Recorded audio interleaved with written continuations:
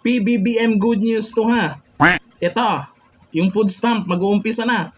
PBBM's food stamp program to start fighting voluntary hunger in July this year. Sana all. May napapansin ba kayo? Voluntary, mga nagugutom na voluntary. Diba? Voluntary.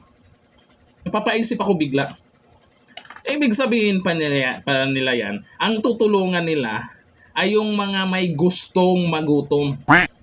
Voluntary ako, mag-volunteer ako na magutom para matulungan dyan sa food stamp. Ganon ba yun? Paano naman yung hindi nila gusto na magutom? Sa hirap ng buhay, walang trabaho, or may mga hindi na kayang magtrabaho, nagutom. Hindi pwede tulungan yun kasi hindi nila gusto. Ano ba yun?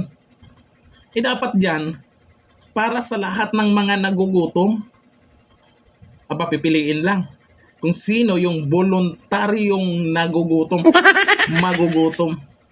Magpapagutom ka muna bago ka magkaroon ng food stamp program.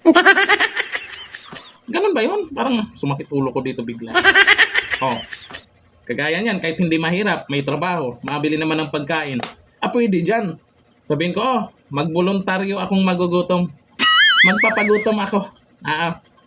Kasama ako dyan ha. Sa food stamp program. Bigyan nyo ako niyan. Kasi magpapagutom ako. Voluntaryo ako. Magboboluntaryo akong magpagutom. Sana all. Ako, ayos-ayusin nyo naman.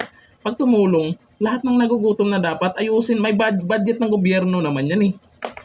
Mas maganda, food stamps for all nagugutom doon. Ewan ko, ano masasabi nyo po dito? Tama lang ba yan yung gagawin nila? Yung voluntary hunger daw.